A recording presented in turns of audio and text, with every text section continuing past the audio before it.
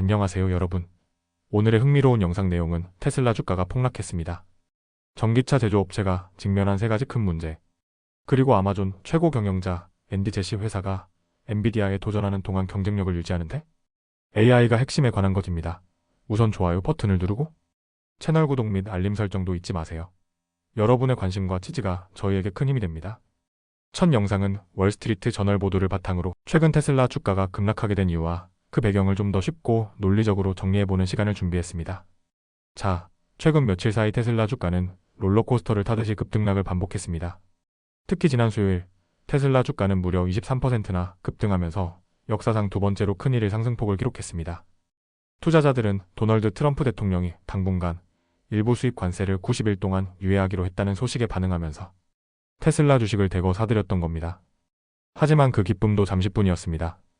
바로 다음 날인 목요일, 테슬라 주가는 다시 7% 넘게 급락하며 252달러 선으로 내려앉았습니다. 하루 만에 분위기가 완전히 뒤바뀐 셈입니다. 그렇다면 도대체 왜 이런 일이 벌어졌을까요? 월스트리트 저널은 테슬라가 현재 직면한 세 가지 주요 위기를 지적했습니다. 첫 번째 위기는 바로 관세 리스크입니다. 비록 트럼프 대통령이 일부 수입 관세를 잠시 유예하기로 했다고는 하지만 자동차 업계 전체를 둘러싼 불확실성은 여전히 남아있습니다. 현재 미국은 신차 판매량의 약 절반을 해외에서 수입하고 있는데 멕시코, 한국, 일본, 캐나다 등이 그 주요 수입처입니다. 그런데 이런 수입 차량에 최대 25%까지 관세가 부과될 가능성이 남아있는 상황입니다. 이런 불확실성은 테슬라뿐 아니라 폭스바겐 같은 글로벌 자동차 제조사들에게도 악재로 작용하고 있습니다. 실제로 폭스바겐은 올해 영업이익이 예상보다 크게 줄어들 것이라고 밝혔고 관세 문제도 그 이유 중 하나로 꼽았습니다. 그리고 투자은행들도 이런 리스크를 무시하지 않고 있습니다. 골드만삭스는 테슬라 목표 주가를 275달러에서 260달러로 낮췄고 UBS 역시 225달러에서 190달러로 대폭 하향 조정했습니다. 두 번째 위기는 판매 부진입니다. 최근 발표된 미국 내 전기차 판매 실적을 보면 전체 전기차 판매는 전년 대비 10% 넘게 증가했는데요. 문제는 테슬라만 유독 역성장을 기록했다는 점입니다. 1분기 동안 테슬라는 약 12만 8천 대의 차량을 판매했는데 이는 전년 대비 무려 8.6% 감소한 수치입니다. 테슬라의 미국 내 시장 점유율도 급격히 떨어지면서 전기차 시장 내에서의 독주가 흔들리고 있다는 평가가 나오고 있습니다.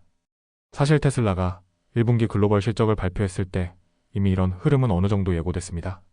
매출은 전년 대비 13%나 감소했죠. 그때 충격을 한번 받은 투자자들이 다시 그 현실을 상기하게 된 상황입니다. 그리고 마지막 세 번째 위기, 바로 중국 리스크입니다. 트럼프 대통령은 중국에 대한 보복 관세는 여전히 유지하겠다는 입장을 밝히고 있습니다. 당장 테슬라가 중국에 수출하는 차량에 직접적인 영향은 없지만 중국 시장의 불확실성은 테슬라에게 큰 부담입니다. 왜냐하면 테슬라에게 중국은 굉장히 중요한 시장이기 때문입니다. 테슬라 전체 매출의 20% 이상이 중국에서 나오고 있고 상하이에 위치한 테슬라 공장은 세계에서 가장 생산량이 많은 핵심 생산 기지입니다. 게다가 중국은 테슬라의 가장 강력한 경쟁자인 BYD의 본거지이기도 합니다. BYD는 지금 테슬라를 위협하는 가장 강력한 전기차 브랜드로 성장하고 있죠. 이런 상황에서 미중 관계가 악화된다면 테슬라 입장에서는 매출, 생산, 경쟁 모든 면에서 타격을 받을 수밖에 없습니다. 정리해보면 지금 테슬라 주가가 흔들리는 이유는 크게 세 가지입니다. 관세 리스크, 판매 부진, 중국 리스크, 이 세 가지가 동시에 테슬라를 압박하고 있는 상황인데요. 투자자들 입장에서는 당분간 테슬라 주식을 둘러싼 불확실성이 쉽게 해소되기는 어려워 보입니다. 물론 트럼프 대통령의 관세 정책이 향후 어떻게 변화할지는 아직 알 수 없습니다. 또 전기차 시장 자체의 성장 가능성은 여전히 크기 때문에 테슬라를 장기적으로 긍정적으로 보는 시각도 남아있습니다. 하지만 당분간은 테슬라 주가가 이런 위기 요인들 속에서 롤러코스터 장세를 이어갈 가능성이 높아 보입니다. 다음 영상은 월스트리트 저널 보도를 바탕으로 아마존이 앞으로 인공지능, 특히 생성형 인공지능 기술을 어떻게 활용해 엔비디아와 경쟁하고 또 어떤 전략으로 미래를 준비하고 있는지 자세히 살펴보겠습니다. 이번 소식은 아마존 최고 경영자 앤디 제시가 최근 주주들에게 보낸 연례 서한을 중심으로 정리해봤는데요. 지금부터 차근차근 풀어가 보겠습니다. 자, 먼저 앤디 제시가 주주들에게 강조한 핵심 메시지는 굉장히 분명합니다. 앞으로 인공지능을 잘 활용하지 못하는 기업은 경쟁력을 잃을 수밖에 없다. 그는 이런 경고와 함께 앞으로 아마존 인공지능 기술을 어떻게 활용하고 투자해 나갈 것인지 구체적으로 설명했습니다. 앤디 제시는 생성형 인공지능, 그러니까 AI가 스스로 글을 쓰고 그림을 그리고 새로운 정보를 만들어내는 기술이 앞으로 거의 모든 고객 경험을 바꿔놓을 것이라고 말했습니다. 쉽게 말하면 지금 우리가 아마존에서 물건을 고르고 주문하고 결제하는 방식은 물론이고 고객 상담, 물류, 배송, 추천 시스템 같은 모든 서비스가 앞으로 인공지능 중심으로 재편될 수 있다는 의미입니다. 그런데 여기서 중요한 부분이 하나 더 있습니다. 아마존이 이런 AI 기술 경쟁에서 가장 경계하고 있는 기업은 바로 엔비디아입니다. 여러분도 잘 아시다시피 엔비디아는 AI 반도체, 그 중에서도 그래픽 처리 장치, 일명 GPU 시장을 사실상 장악하고 있는 회사죠. 현재 전 세계 대부분의 AI 서비스들은 엔비디아가 만든 칩 위에서 돌아가고 있습니다. 그러다 보니 AI 기술이 발전할수록 엔비디아는 더욱 강해지고 기업들은 더 많은 비용을 엔비디아에게 지불할 수밖에 없는 구조가 되어버렸습니다. 이에 대해 엔디제시는 AI가 이렇게 비쌀 필요는 없다고 단호하게 말했습니다. 그리고 아마존은 이런 상황을 바꾸기 위해 독자적인 AI 칩 개발에 나섰습니다. 그게 바로 트레니엄이라는 이름의 반도체입니다. 아마존은 앞으로 트레니엄 칩을 활용해 AI 서비스 비용을 획기적으로 낮추겠다는 계획인데요. 특히 AI가 정보를 처리하고 결과를 만들어내는 추론 과정, 즉 실제로 우리가 사용하는 순간에 들어가는 비용을 크게 줄이겠다는 전략입니다.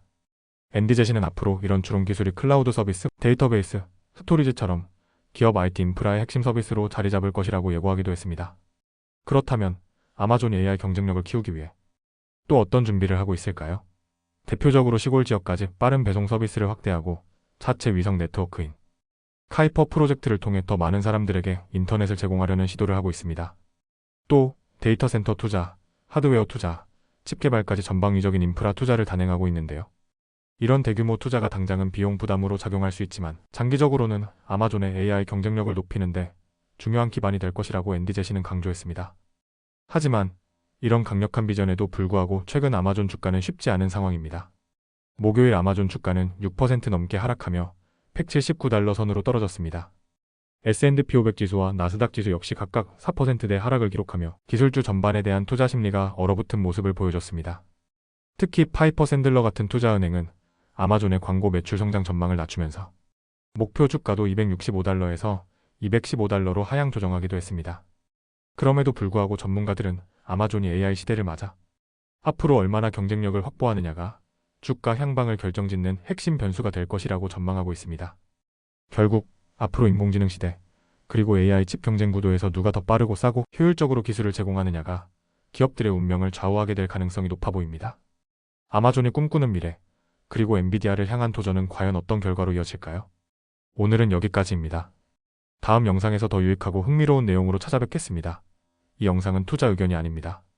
매우 감사합니다.